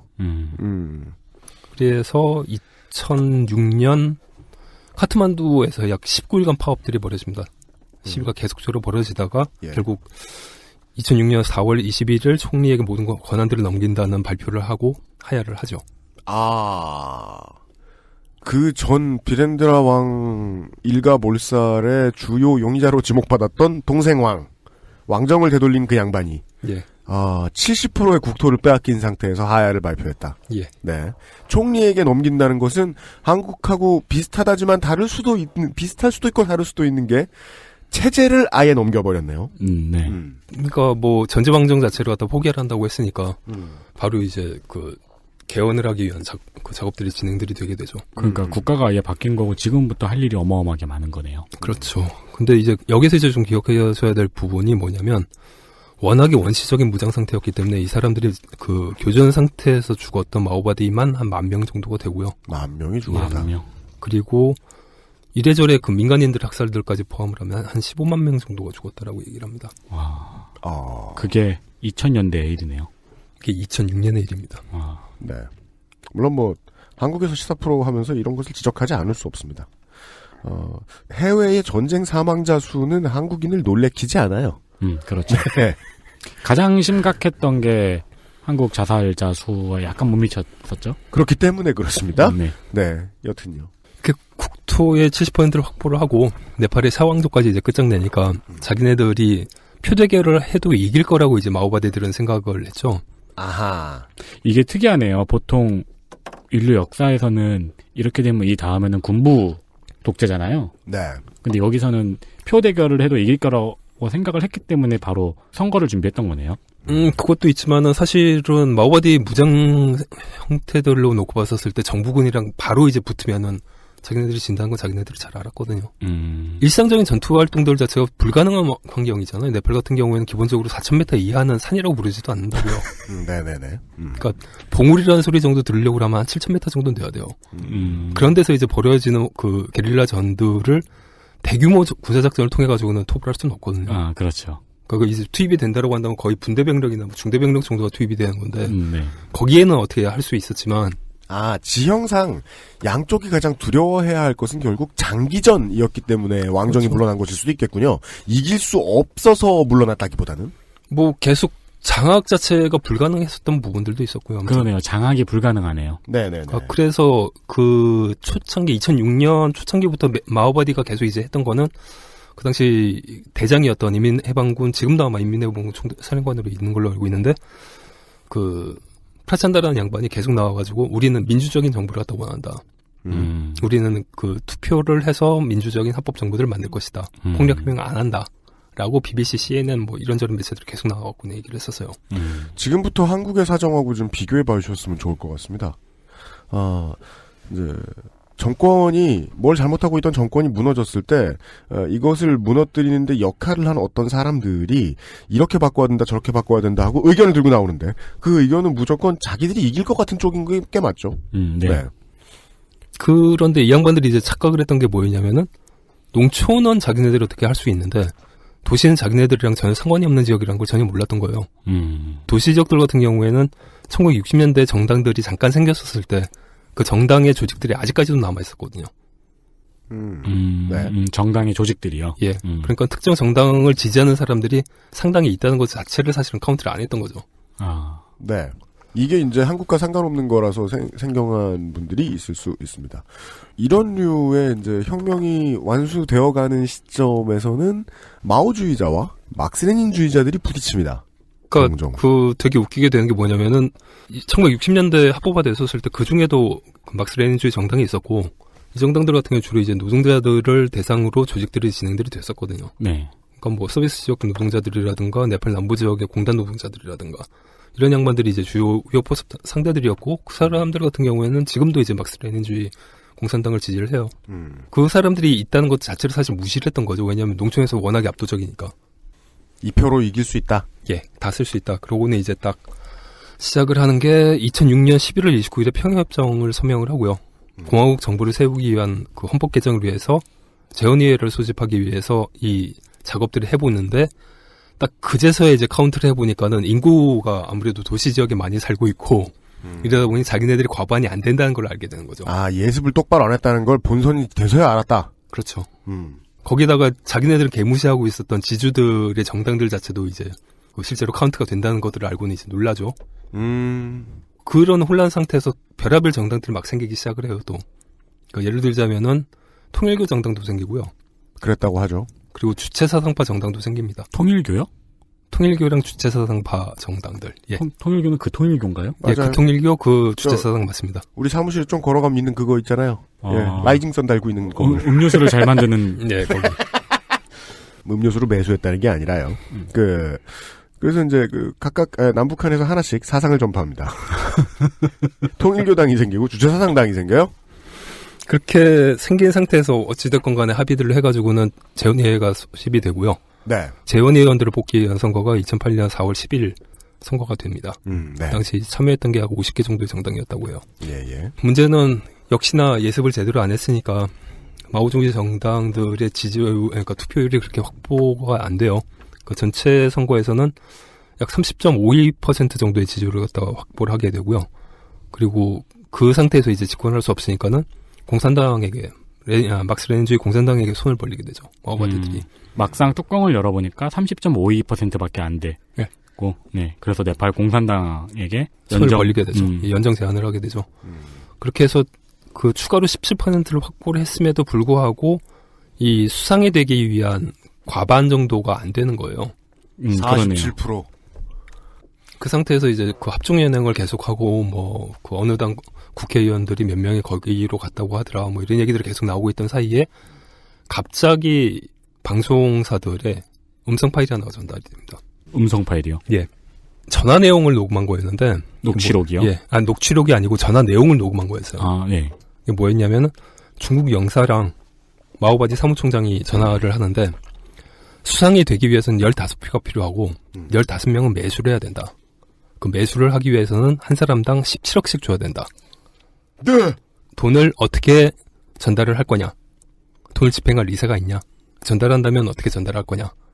이런 얘기들이 나오는 그런 음성 파일이었어요. 27억이 우리나라 돈으로도 어마어마한 돈인데 네팔 입장에선 더 어마어마한 돈 아닌가요? 그렇죠. 10크로라고 하면은 그 양반들한테는 어마어마 정말 어마어마하죠. 그러니까 저희한테도 그래요. 네. 네, 저희한테도 어마어마한 돈이지만 물론 이게 사실 어떻게 나온 거냐면 마오바디가 중국이랑 노는 거를 알게 된 인도가 그 인도의 정보기관들 중에서 신호만 전문적으로 잡는 기구가 있거든요. 네. 그 친구들이 도청을 해가지고는 뿌린 겁니다. 물론 이제 그 관계자들 모두는 다 없던 얘기라고 이거 자기네들 아니라고 증거 내놓으라고 뭐 이러고는 넘어갔는데 합성이다. 예. 근데 이제 그 정권의 정통성에는 사실은 굉장히 심대한 영향들을 주죠. 여론을 뒤흔드는 사건이 된 거네요. 그렇죠. 그러니까는 뭐 지지율 자체를 저 사람들을 결코 이제 믿을 수 없는 사람들로 딱 지키게 되는 거죠. 마오주의자 정당 내부에서도 흔들림이 있을 수 있는 수준이네요. 뭐 마오바디 당수였던 푸스마 카말 다할이 이제 수상이 되는데 이 양반이 사실은 네. 본명보다는 필명으로 불리길 더 좋아해요. 프라찬다라는 이름으로 불리는 걸 더 좋아하는데 그 프라찬다의 뜻이 뭐냐면 열정을 뜻하는 겁니다. 프라찬다. 예. 이렇게 뭐 되기는 되는데 문제가 두 가지가 나오게 됩니다. 첫 번째는 이제 숫자를 늘리다 보면 가장 첨예한 부분에서의 이해관계들을 갖다 자기네들이 둘이 후퇴를 시키는 것들이 가장 좀 편하거든요. 네, 연정을 할 땐 그렇죠. 네. 근데 그게 바로 토지였거든요. 토지개혁이었거든요. 이게 마오바디와 원래 그 총을 잡았던 원인이었죠. 그거를 의원수를 늘리는 과정에서 포기합니까? 아니요. 소장료를 한 50% 정도로 깎는 걸로 하고는 뭐 애초에 그 플랜이었던 유상몰수 유상분배는 포기를 합니다. 엄청나게 후퇴를 했네요. 그렇죠. 그리고 또 재미있는 거는 이 사람들이 생각했던 유상몰수 유상분배의 모델이 우리나라 조봉암이 그 시절에 진행을 했던 조봉암 장관이 진행했던 그 이승만 정권 시절에 예. 토지 재분배, 토지 개혁. 저희가 한번 특집으로 다룬 적이 농지 있죠. 개혁. 그렇습니다. 손 선생이 하셨는데. 네. 그게 모델이었어요, 이 사람들한테는. 그런 걸 모델로 해놓고서 소장료 깎는 쪽까지 후퇴했으면 총을 잡았던 사람들이 너무 허탈해서 큰일이죠. 그러네요. 네. 그러니까 그 총을 겨누고 항복을 받아냈는데 그냥 50% 할인한 돈을 또 줘야 되는 거잖아요. 그러니까. 네. 그리고 또 이제 이게 또 한 가지로 또 연결이 된 게 뭐냐면은 아까 그 글을 몰라가지고 자기들의 땅을 주장을 할 수 없었던 사람들이 있었다고 말씀드렸잖아요. 네. 네, 말라리아 지역에 있었던. 예, 그분들을 마데시라고 부르는데. 마데시. 예, 마데시라고 부르는 집단 사람들인데 이분들과의 관계가 공중에 붕 떠버려요. 왜냐면은 총을 잡고 나서 이 사람들을 설득을 했던 게 너네들 땅도 다시 우리가 찾아줄게였거든요. 그렇게 말해야 할 수밖에 없었고, 참 정치가 참 그지 같죠. 그때 그렇게 말해야 할 수밖에 없었고, 그 약속을 반드시 해야 했고, 지금은 그 약속을 반드시 뒤로 밀려야 되는, 물러야 되는 상황이 됐네요. 예, 그 대충 얘기가 뭐 60년 전에 그 뭐 문서도 없었던 땅들의 진짜 주인이 누군지를 우리가 어떻게 알겠어? 라고 말을 마치 지주들 들어와가지고 갑자기 자기 땅인 양 해먹은 그 지주들 같은 말을 똑같이 해야 되는. 이게 참 농민 얘기하고 농지개혁 얘기하니까 옛날 얘기 같은데 우리나라한테는. 결국은 협상장에 들어가서 이거 어쩔 수 없으니까 내각제 받겠다고 하는 상황이 나올지 어떻게 알아요? 그렇죠. 그러니까요. 네. 여기에 또 이제 그 외국이 개입을 하기 시작을 합니다.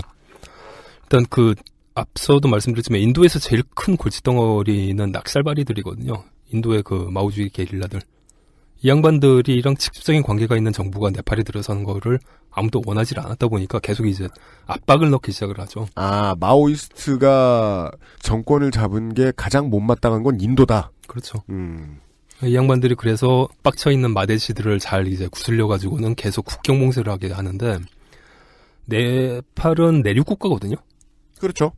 그 삼면에 이제 인도로 돼 있고, 위쪽에 이제 히말라야로 연결이 돼 있는데, 네. 솔직히 히말라야 통해가지고 뭐가 오기는 굉장히 힘들단 말이에요. 왜 그래요? 당연한 얘기지만. 네. 시신도 못 넘어옵니다. 그렇죠. 그러다 보니까는 이제 그 육로로 올라오는 길들이 네팔이 이제 국경 도시들인데 여기가 이제 막히는 거죠. 왜냐면 그 지역이 다 마데시 지역들이었거든요. 마데시의 지역이 물류의 요충지였군요. 예. 그러니까 마오바디들이 집권하는 게 싫었던 인도의 세력들이 마데시들을 구슬렸던 거군요. 예. 그 물류를 막기 위해.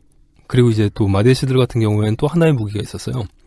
국가 재건 프랜들이 들어가기 시작을 하면 뭐든 많이 지어야 되잖아요. 네. 대량으로 건물들을 지으려고 그러면 시멘트가 많이 필요하잖아요. 근데 그 시멘트가 생산되는 지역이 다 마데시 지역이었어요. 뭐 네팔 발전 용량은 지난번에도 말씀드렸는데 800메가와트 정도거든요. 근데 한국으로 치면 이제 화력 발전소 2개가 안 되는 정도의 분량인데 이거를 대량으로 이제 그 수력 발전소를 갖다 만들어 내려고 하면 대량의 시멘트가 필요한데 네. 시멘트를 갖고 올 방법이 없는 거죠. 마데시들도 쥐고 있는 힘이 있었네요. 그렇죠. 굉장히 큰 걸 쥐고 있었어요, 양반들은. 스텝들이 이제 꼬이기 시작을 하면서 네팔 정치 개혁 자체가 사실은 공중에 붕 떠버려요. 아, 국가를 재건하고 시스템을 새로 구축한다는 것은 그럼으로 인해서 그 국가의 주인인 이제 공화정의 주인인 국민들의 부가 늘어나는 과정이 반드시 수반돼야 하는데 그걸 못하게 하니까 체제를 바꿨어도 집권당이 뭘 할 수 있는 것도 없다. 그렇죠. 그러게요. 근데 사실은 그 과정들이 자기네들의 잘못이거든요. 자기네들이 선택했잖아요, 여기다. 그러네요. 정치적인 선택을 그렇게 해버렸으니 그러면 이제 네팔의 트위터 위원들은 계속 저주할 수밖에 없죠. 그렇죠. 예, 다 하고 맡겨놨더니 이 나쁜 놈들 이러면서. 거기다가 또 실패했던 가장 큰 원인들 중에 하나가 뭐냐면은 이 양반들은 관료들을 포섭을 하지 못했어요. 진짜 트위터 위원들이 폭발했다니까. 이 지주들보다 더 나쁜 게 마오바디다 이러면서 승질냈겠네. 그렇죠. 뭐 어떤 공공조직 책임자라고 하는 것 자체가 노공행상의 자리였지. 그 전문 관료들을 어떤 사람들을 어떻게 배치를 해야지 어떤 결과물들이 나올 것이다라는 걸 생각을 못했더라고요. 아, 관료 자리에 전문가들을 인선해두지도 못했다. 예. 거꾸로 이제 이 엄한 인간들이 가가지고는 엄한 일들을 하기 시작을 했죠. 그러니까 이제 관료들 같은 경우 어떻게 반항들을 하기 시작을 했냐면은 전기가 없는데 뭐 국가 전산망 같은 게 있을 리가 없잖아요. 그 즈음에 아마 그 한국에서 그 수출했던 그 전자 결제 시스템, 정보 결제 시스템들이 도입이 되려다가 또 말아요, 또. 전기가 이렇게 모자란데. 네. 그러다 보니까는 이제 이 모든 것들이 다 사람 손으로 돌아가게 되는데 급한 서류들은 맨 밑으로 집어넣고 급하지 않은 서류들 맨 위로 올리는 것들을 관료들이 다 해버려요. 일부러요? 예. 이거는 그냥 엿먹으라네요? 그렇죠. 그러면서 동시에 이제 마오바디들 같은 경우 행정 능력이 실제로 없는 걸로 보이게 되는 거죠. 그죠. 행정마비죠, 이런 건. 그렇죠. 이건 그 상사 엿먹이는 방법 중에 하나잖아요. 그니까요. 자, 이렇게 그 지지율이 계속 빠지기 시작을 하니까는 무서워하지 않게 됐죠. 그래서 가장 핵심적인 부분들 자체를 약속들이 다 파기가 되기 시작을 합니다. 평화협정 당시에 체결했던 내용들 중에서. 가장 컸던 게 네팔 마오주의 인민해방군을 네팔 정규군으로 편입을 시키겠다는 약속이었는데. 그래야죠. 예, 이걸 근데 육군 참모총장이 못하겠다고 배째라고 나오고. 선마 참모총장은 그때까지도 계속 라나 가문이었을까요? 예, 그렇습니다. 망했네요. 수상은 사실은 이제 정치적으로 완전히 사망 선고를 받게 된 거고. 하여튼 그러면서 이제 프라찬다가 사임을 합니다. 그러고 그렇게 사임을 하고 나서 제대로 남은 것들이 돌아갈 리가 없잖아요. 그러다 보니까 2008년에 처음 이제 구성이 된 재헌의회가 2012년이 되도록 헌법 초안이 만들어지질 않아요. 그거를 가지고 네팔 대법원이 2012년 5월까지 데드라인을 갖다 지켜라. 그러지 않으면 너네 해산시키고 재선거를 하겠다. 라고 얘기를 하자마자 암살당합니다. 누가요? 대법원장이요. 대법원장이요? 예. 암살은 또 누가 했대? 지금의 혐오는 마오바디네요. 뭐 거의 그렇게 생각을 하죠. 그래서 그 이제 당시 수상이었던 마오바디 소속의 바브란 버트라이 수상의 그 내각을 해산을 시키고 2차 재헌의회 선거를 책임지는 내각으로만 돌아가게 되고요. 그리고 2013년 11월 19일 이제 2차 재헌의회 선거가 진행이 되죠. 그러고 나서 이 선거 결과는 당연한 얘기지만 마오바디는 1당에서 3당으로 줄어들고요. 3당이었던 정당이 1당이 됩니다. 네팔 국민회의가 196석을 찾아가서 1당이 되고 네팔 국민회의는 아까 그 지주들의 입장을 대변하는 정당이라고 말씀하셨던 그 정당이 1등이 되고 한나라당이 들어왔네요. 2등이 네팔 공산당이 되고요. 그리고 마오바디는 80석 정도를 차지해서 전체 선거 대비해서는 한 반 이상을 갖다 잃게 됩니다. 캐망했네요. 예. 마데시 정당들도 계속 국경봉쇄밖에 사실 한 게 없다 보니까 1차 재헌의회에서는 약 82석 정도를 차지했는데 반토막 정도가 납니다. 그러니까 실제로 혁명의 주체가 되었던 정치 세력들이 그냥 다 나가리. 다 나가리가 되고 바보가 됐죠. 그 상태에서 이제 뭐 어떻게 결합들을 다시 이제 하게 되더라고요. 1당이랑 2당이랑 연정을 펼치기 시작을 하니까 3당의 마오바디가 그 다른 정당들을 다 끌어들이게 되는데 거기에 이제 다시 이제 마데시 정당들이 들어오게 되죠. 네. 합종연행이랑 그런 식으로 이루어지죠. 예. 근데 그렇게 진행이 되고 있다가 지진을 맞게 되는 거죠. 아하. 이렇게 되니까는 이제 지진 복구가 최우선적인 과제가 되지 뭐 그 토지 개혁과 관련된 부분들 같은 경우는 일단 뒤로 미뤄지거든요. 그래서 마데시랑 결합을 하고 있던 마오바디가 잽싸게 이제 국가 재건 프로그램 들어와가지고는 거국내가 구성하는데 같이 참석을 해버려요. 그래서 같이 전쟁했던 카운터 파트너의 손을 잡게 됐다. 예. 왜냐하면 재난이 너무 커서 재건해야 되니까 국가를. 그렇죠. 그리고는 꼴을 보니까는 도저히 이제 자기 그 지지율 자체도 이제 유지하기 어렵다라고 이제 판단을 했었으니까요. 그러니까 매우 나쁜데 긍정적으로 볼 수도 있는 게 그래도 대중적인 선택을 곧잘 합니다. 그러게요. 그 선택을 했다 망해서 문제지. 네. 아니, 선택을 그렇게 했다가 망했으니까 그렇게 다음부터는 정신을 차려야죠. 그런 걸까요? 예. 그리고 그 지진 이후에 복구 작업에는 마데시들의 시멘트가 분명히 엄청나게 필요하잖아요. 그러네요. 이 상황에서 그걸 또 마데시가 쥐고 안 줄 순 없잖아요. 뭐 그런 거라고 생각을 했는데 일이 좀 이상하게 꼬이기 시작해요. 왜요? 9월 20일에 네팔공화국 헌법을 만들어서 선포를 하는데 마데시들이 가장 싫어하는 상태들로 해가지고는 선포가 돼버려. 왜냐면은 마데시들이 요구를 했던 거는 그 자기네들 지역 자체를 갖다 별도의 주로 따로 만들어서 개혁과 관련된 작업들을 갖다 자기네들이 따로 진행들을 하겠다는 게 자기네들의 기본적인 입장이었거든요. 근데 그게 묵살되고는 정리가 됩니다. 그러다 보니 이 양반들이 다시 하게 되는 게 뭐냐면 국경봉쇄예요. 시멘트를 포함한 물류들. 모든 물류들을 9월 23일부터 정지를 시킵니다. 정치란 이렇게 하는 거죠. 지들이 쥐고 있는 게 있는데 자기들이 원하는 요구사항이 관철이 안 되면 그걸 가지고 쥐고 흔들어야 되는 거죠. 그렇죠. 그게 정치라는 걸 이제 시민들이 아니까 한국에서도 철도파업 지지합니다 이런 말씀을 하시는 거고 시민들이. 네. 근데 그것도 이해가 안 되네요. 마데시가 쥐고 있는 게 결코 작은 게 아닌데 왜 계속 이런 결론을 내릴까요? 바보. 땅과 관련된 보험들 같은 경우에는 기본적으로 그 자기들은 끝났다. 그러니까 50% 소장료를 줄이는 거를 가지고는 해법이 끝났다고 생각을 한 거고요. 그게 첫 번째고 그다음에 두 번째 문제들 같은 경우에는 도저히 해법이 없는 거예요. 문서 자체가 없었던 땅에 대한 그 소유권 인정들을 어떻게 할 것이냐라는 부분들 자체가 이 말이 안 됐던 거죠. 여튼 그렇게 해서 국경봉쇄는 약 6개월간 진행이 됐고요. 네. 그래서 그 지진 복구가 제대로 안 됐던 가장 큰 원인이 되기도 합니다. 재난 상황에서 6개월이면 어마어마하네요. 그러면 이 마데시 정치 세력으로서의 마데시는 마데시대로 손해를 이만저만 본 게 아니네요. 쥐고 흔들 수는 있었지만 정치적인 이미지의 타격이 엄청 컸을 거 아니에요, 또. 그런데 그걸 사실은 이 양반들도 놀아놨던 게 그걸 부추겼던 게 인도였어요. 그렇겠죠. 여기서 또 재밌는 게 있어요. 한국이 참고하지 않을 수 없는 부분들이 있어요. 어떤 정치 세력들이 해외의 원조, 심리적인 원조든 물자의 원조든 그것으로 인해 생겨나면 해외의 입김에 따라서 움직이게 된단 말이에요. 그러니까 특히 마데시 같은 경우에는 거의 대부분 다 힌두교도들이고요. 생긴 것도 인도 사람들이랑 똑같이 생겼어요. 그리고 무엇보다 이 사람들이 이제 또 그 같이 걸렸던 부분들이 뭐냐면 인도랑 같이 연결됐던 부분이 뭐냐면 개정된 헌법에서는 이 세속 국가를 선언을 하거든요. 그러니까 그 전까지는 헌법에 뭐라고 돼 있었냐면 네팔의 국교는 힌두교다라고 돼 있었어요. 국교가 존재했던 나라였죠. 근데 그 조항을 빼는 거를 인도의 힌두 원리주의자들 같은 경우는 좀 이제 기분 나쁘게 바라보게 되고 그거를 또 기분 나쁘게 바라봤던 사람들이 지금 인도에 아주 어마어마한 크기가 되어 있는 여당이었던 겁니다.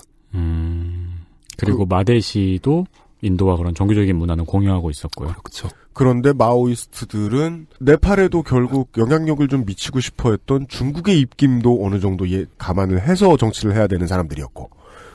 부장만 하더라도 전쟁이 끝날 때쯤 되면은 엽총 몇 개 들고 있던 양반들이 아카보 좀 많이 갖고 있고 뭐 RPG도 이제 뭐 수입들이 많이 되고 심지어 헬기도 몇 대가 있었다고 하더라고요.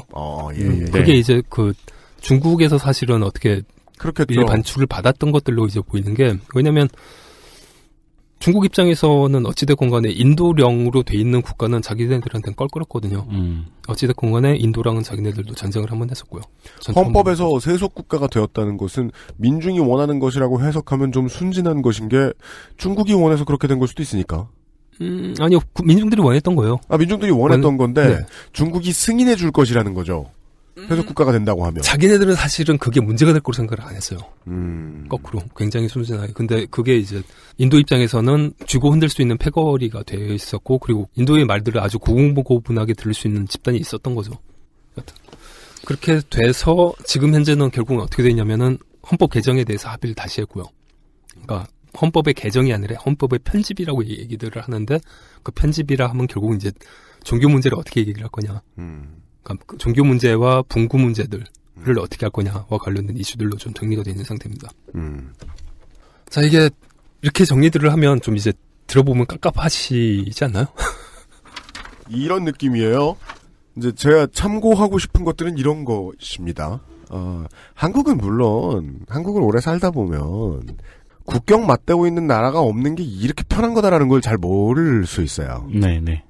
아니, 저 잘 살고 이제는 군을 가지고 무엇을 해야 할 일이 없어지기 시작한 지 한 세기가 다 되어가는 서유럽의 나라들도 아직까지 국경 가지고 뭐 시시콜콜 다투는 거는 뭐 흔한 일이잖아요, 되게. 난민들 같은 경우 발생되는 특히 그렇죠. 그렇죠. 크게는 난민, 작게는 동네 피자집까지도 국경 때문에 골치가 아파요. 네. 국경이 가지고 있는 힘들 중에 하나가 우리가 서영민 선생님이 말씀해주신 마대시가 쥐고 흔들 수 있는 힘이었던 거죠. 교역로, 물자, 국가가 발전하는 데 필요한, 국민의 부를 보장해주는 데 필요한 가장 기본 전제. 이것을 어떤 정치 세력이 쥐고 흔들 수 있다. 근데 교역로를 정치 세력이 쥐고 흔든다는 건 그 교역로 옆에 있는 외국의 이해관계를 대변해주는 정당이다라고 봐야 그게 맞다는 거죠. 그렇죠. 교역로를 어떻게 할지 결정하는데 그 인접해 있는 국가의 입김이 영향을 미치지 않을 수가 없겠죠. 이걸 기억해 주시면 좋겠다는 거예요. 그런 정치인, 정치 세력, 정당이 한국에 없겠습니까? 저 그냥 웃기만 하겠습니다. 없겠습니까? 그래서 이거를 국가의 주인이 좀 알아줬으면 좋겠다. 그리고 또 하나, 마오이스트와 막스레닌 주의자들의 싸움에서도 보시듯이 수탈을 당한 사람들이 무언가를 회복하고 되찾고자 할 때 해법이 다 다르다는 것에 대한 이야기도 드려야 됩니다. 저번에 환타님이 나오셔서 그 말씀을 하셨죠. 집회에 모여있는 사람들이 요구하는 바는 자세히 들여다보면 다 다르다고. 그러니까 지금은 기분 나쁘게 생각하시고 받아들이시는 분들은 보통 이런 말씀 하잖아요. 이게 미디어가 우쭈쭈 해주는 집회 뭔 소용이냐라고. 네. 그러니까 그걸 보면서 무슨 생각이 드냐면, 곧 우쭈쭈 안 하기 시작할 텐데 뭘 불만을 가지시나. 그 다음 수를 걱정하는 게 옳은 것이 아닌가. 네. 우쭈쭈 끝나갑니다, 이제. 맞습니다. 이제 슬슬 내각제 얘기하고 다른 이야기 막 하고 있어요. 근데도 계속해서 벌써 한 달에서 한 달 반째 보수와 진보를 막론하고 모든 언론인들이 왜 저렇게 열심히 취재하냐면요. 이건 특수한 상황이에요. 그냥 그동안 일을 못했다가 지금 일하는 게 너무 신난 거예요. 그거 저는 어제 기자들의 질문 열의에서 느꼈어요. 잠깐 신난 거예요. 그냥 직업의 본령에 잠시 빠진 건데요. 언론은 결코 직업의 본령에만 매달리지 않아요. 한국 언론은. 다시 지 하고 싶은 얘기들 하면서 사후 분열하는 모습을 보여줄 텐데 그 뒤가 어떻게 될지에 대한 예상을 오늘의 이야기로 좀 도움을 받으셨으면 좋겠다는 뜻입니다. 네. 네. 광고를 듣고 결론으로 들어갈 시간입니다. XSFM입니다.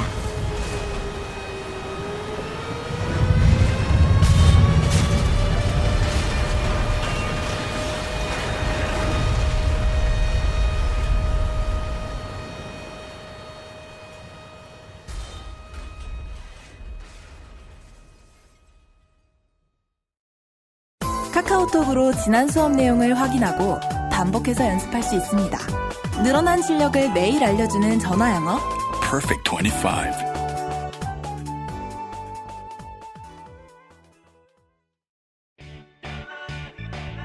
언제까지나 마지막 선택. 아로니아 침.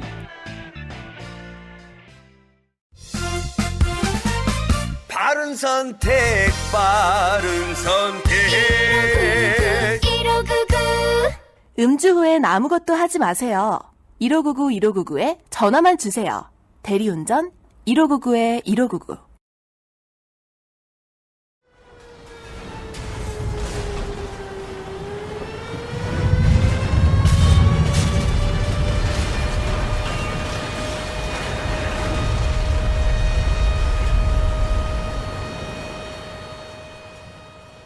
이런 이야기였습니다. 글을 모른다고, 법을 잘 모른다고, 대지주, 명문가의 자식들, 그 주변의 끈앞풀로 태어나지 못했다는 이유로 여기까지만 따져보죠. 국민의 대다수죠. 네. 빼앗겼던 것이 너무 화가 났던 사람들이 군대까지 조직해서, 왜냐하면 그 나라의 군은 사사로이 쓰인다는 걸 알고 있었으니까.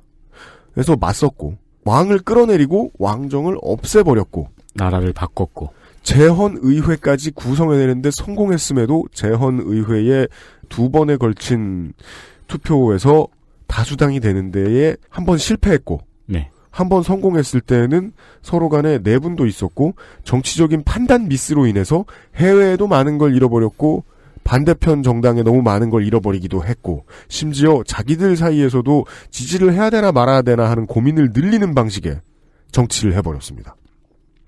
그래서 이 거대한 혁명을 성공한 다음에 얻은 것이 지금까지는 별로 없어 보인다. 라는 어떤 나라의 이야기를 해드렸습니다. 네. 많은 분들이 한국 같은 경우에는 친청산이 안 됐다고 일종의 리셋 버튼이 제대로 눌려지지 않았다라고 그렇게 얘기들을 하는 경우가 많은데요. 네팔은 전제왕정에서 공화국으로 넘어가는 리셋 버튼이 눌린 나라입니다. 네. 그러네요. 근데 그 리셋 버튼이 눌렸지만은 그게 눌려졌다라고 하고 해결이 되는 게 아니라는 거를 이렇게 보여주는 사례는 좀 드물죠. 좀 개인적인 얘기를 말씀드리면 저희 아버지는 통일수산전문학교를 5.16 장학금 받고 다니셨어요. 그리고 졸업한 다음에 박정희가 만들었던 수산개발공사에 입사하셨고 대한민국의 그 원형 수상업을 일으켰던 창업공신들 중에 한 분입니다. 굴 먹고 싶네요. 네. 그래서 현재 청와대 계시는 분께서 국가와 결연했다는 분 얘기를 하고 그런 말씀을 하셨을 때 진심으로 믿었고요. 그래서 열성적으로 찍으셨어요. 아마 물론 저 같은 경우에 다른 정치적인 입장을 갖고 있으니까는 그게 굉장히 답답했죠. 네. 근데 생각해보면 아마 그 2012년 대선에서 그분을 찍으셨던 51.6%의 마음가짐은 저희 아버지랑 별로 다를 바가 없었다고 생각을 합니다. 네. 그런데 지금 현재 그분이 느끼시는 배신감은 사실 가늠하기가 어렵거든요. 네. 근데 이거를 거꾸로 좀 생각을 해보면 마오바디 인민해방군에 입대해서 싸우다 전사한 가족들이 느끼는 지금 현재 마오바디를 보는 심정은 다를까요? 토지개혁을 하겠다고 일하는 농민들이 그 땅을 가지게 해주겠다라고 했었을 때 토지개혁 자체가 가장 먼저 정치적 거리의 대상이 되어버렸는데 정치 세계는 드라마로 많이 쓰이죠. 미드 팬들 같은 경우에 가장 열성적으로 봤던 미드 중에 하나가 웨스트윙 아닙니까? 웨스트윙은 환타지죠. 그렇죠. 요즘 보건데. 사실 현실 정치 세계는 웨스팅보다는 하우스 오브 카드에 훨씬 더 가까운 것 같습니다. 제 지인들은 모조리 이걸 봐요.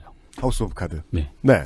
자신들의 정치 권력 쟁취를 하기 위해서는 모든 것들을 거래의 대상으로 놓는 그런 세계. 하지만 그렇다고 해서 그놈이 그놈이다라고 하면 세상이 바뀔 리가 없잖아요. 네. 사람만 바꾸는 것도 사실은 별로 차이가 없다는 게 네팔 사례입니다. 근데 우리가 좀 생각을 해봐야 되는 거는 청와대에 보내겠다라고 하는 사람은 국민의 주인인 청와대에 5년간 전세를 살게 해주겠다는 거잖아요. 네, 그래서 방 빼라고 하는 거죠, 지금. 예. 네. 그렇다고 한다면 사실은 똑같이 생각을 해봐야 된다는 거죠. 내 재산인 집 하나밖에 없는 그 집에 내 재산인 그 집을 지켜야 되는 상태에서 세입자를 갖다가 고르는데 얼마나 깐깐하게 고르냐고요. 그런 사람으로 생각을 하고는 정치인을 바라보세요. 그게 이 정치적 재난에서 살아남는 출발점이라고 생각을 합니다. 네. 여기까지입니까? 예. 이런 이야기였습니다. 네. 요새 말씀을 드리고 싶어 죽겠는데 말 못해가지고 되게 끙 하고 있었던 이야기가 이 이야기입니다. 사장님이에요. 청취자가 국민들이. 네. 예. 이렇게 볼까요? 5인 이하의 사업장의 사장님이세요. 그래서 내가 고용하는 저 정치인들은요. 노조도 못 만들어요. 맞아요. 내가 자르면 잘려야 돼요. 네. 물론 그들의 복지를 위해서 뭐 사내보험 정도는 넣어줘야 돼요. 그건 법에 들어가 있어요. 월급도 많이 주잖아요. 예. 아니 뭐 모자라다는 게 제 생각인데, 예, 더 고용해야 되는데 나라의 부를 보면 다만 이제 고용을 해야 될 때는요 아주 보수적인 가치로 보시라는 거죠. 자기 집, 즉 나라의 이익에 저 노동자가 얼마나 부합할 것인가 하는 관점입니다.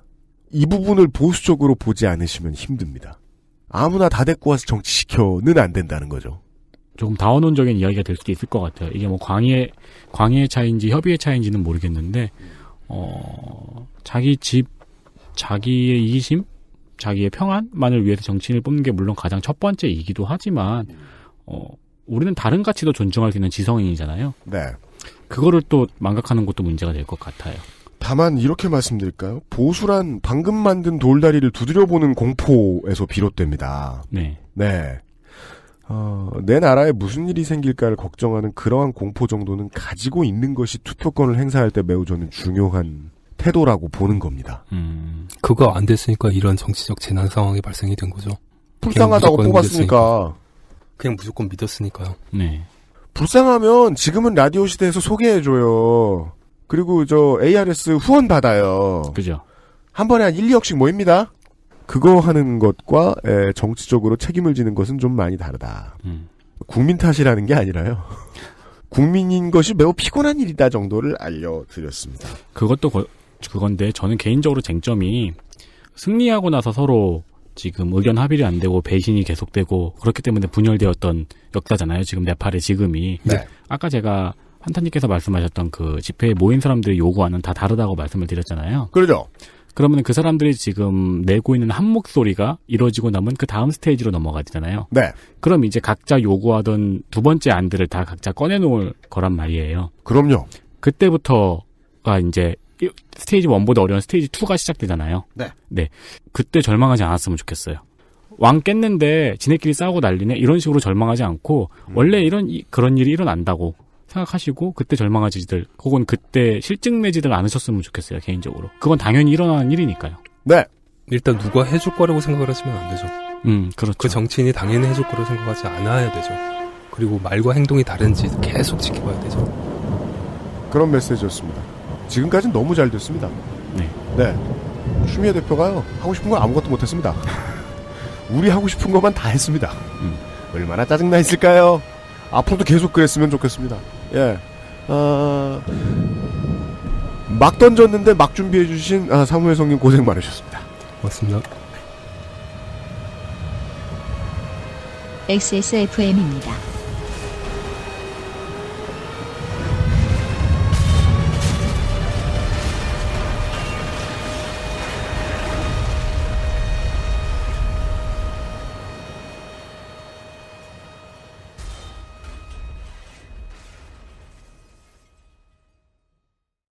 기억력 때문에 고민이신가요? 식약처로부터 기억력 개선에 도움을 줄 수 있다는 기능성을 인정받은 공심보감을 섭취하세요. 당신의 기억력 개선에 도움을 줄 수 있습니다. 공심보감과 함께라면 삶의 질이 달라집니다. 23일 동안 할 수 있는 일이 뭘까? 짧은 시간이긴 해. 월급날도 안 돌아왔잖아. 근데 난 23일 동안 두피가 좋아졌어. 미용실에서 뭐 쓰냐고 자꾸 묻는다? 정말로 전부 자연 유래 성분. 빅그린 투쓰리 약산성 트리트먼트. 난 그동안 다른 광고에 속고 살았나봐. Big Green 설페이트 프리. 트위터 하나만 소개해드리면서 오늘의 시간을 마무리하도록 하겠습니다. 우리의 반가운 트위터 잔소리꾼들 중에서 가장 많이 소개되시는 분 같아요. 팀J231님이 아무 깃발이나 만들어 봅시다. 스톰트루퍼 복지회, 윈터펠 향후회, 질럿 공제회. 야, 질럿 공제회는 진짜 네. 프로토스의 경제를 마비시키겠네요. 저는 그거 보고 저거 생각했어요. 질럿 발업 복지회. 그러니까 발업 정도만 저 복지로 이렇게 쳐줘도 되는데 네. 공제회는 너무 많은 걸 해줘야 되잖아요. 드랍십 화물연대, 엄브렐라에게 진실을 요구합니다. 그럴 수 없죠. 이미 우린 다 좀비가 돼 있으니까요. 네. 사우론 귀금속 상인 길드, 상위 드라군 전후회. 그러니까 틀렸죠? 드라군은 상위 용사입니다. 기본적으로. 기뉴특전대. 아, 좋다. 기뉴특전대 좋다. 판도라 이주민 대책회의. 클론 트루퍼 엄마 찾기 모임. 제다이 원탁회. 메딕 의료노총. 메딕 의료노총은 굉장히 위험합니다. 왜요? 럴커가 박았으면은 빨리 나가야 되는데 네. 거기서 뭔가 분쟁이 있어서 해결이 안 되고 있으면은 네. 순식간일 수 있잖아요. 그렇죠. 그땐 죽어야죠. 민주주의란 그런 것입니다. 그 전에 해결해야죠. 그땐 마린하고 파벳하고 고스트들만 나가야죠. 네. 네. 그러니까 그 전에 해결을 해야죠. 그렇습니다. 해결 잘해야 돼요. 이게 제일 마음에 들어요, 저는. 산 안드레아스 상공회의소. 로켓단도 괜찮네요. 그러니까 저는 우리는 어쩌면 오늘 이런 이야기를 한 건지도 모르겠어요. 우리 국민 중에 다수가 산 안드레아스의 상공인들이면 우리는 그들과 협의를 통해서 뭘 이루어내야 한다는 겁니다. 그러니까 총이 지들만 있어. 네, 맞아요. 그리고 우리는 평상시에 하지 않는 남의 차 뺏어 타기를 막 하고 다니는 놈들이요. 근데 맞춰서 어떻게든 우리 시스템에 복속시키든지 우리가 그들과 한통속이 되든지 둘 중에 하나 정도는 해야 되는 건지도 모르겠다. 네, 어쨌든 대화를 해야 된다는 얘기죠. 네. 이것도 괜찮지 않아요? 뭐요? 카이지와 도박을 끄는 사람들. 술렁술렁. 그곳에서 도박 끄는 사람들은 이미 저 세상 사람 아니야. 그러니까 목숨을 끊어야 도박을 끊을 수 있잖아. 보통 생각을 하고 하건데. 자, 많은 사람들이 나가는 집회입니다. 네. 네. 대기빨 시대의 한가운데에서 100 아니지. 200. 네. 그것은 알기 싫다 202번째 목요일 순서를 전해드렸습니다. 예. 손 선생과 함께 내일 찾아뵙겠습니다. 안녕히 계십시오. 안녕히 계십시오.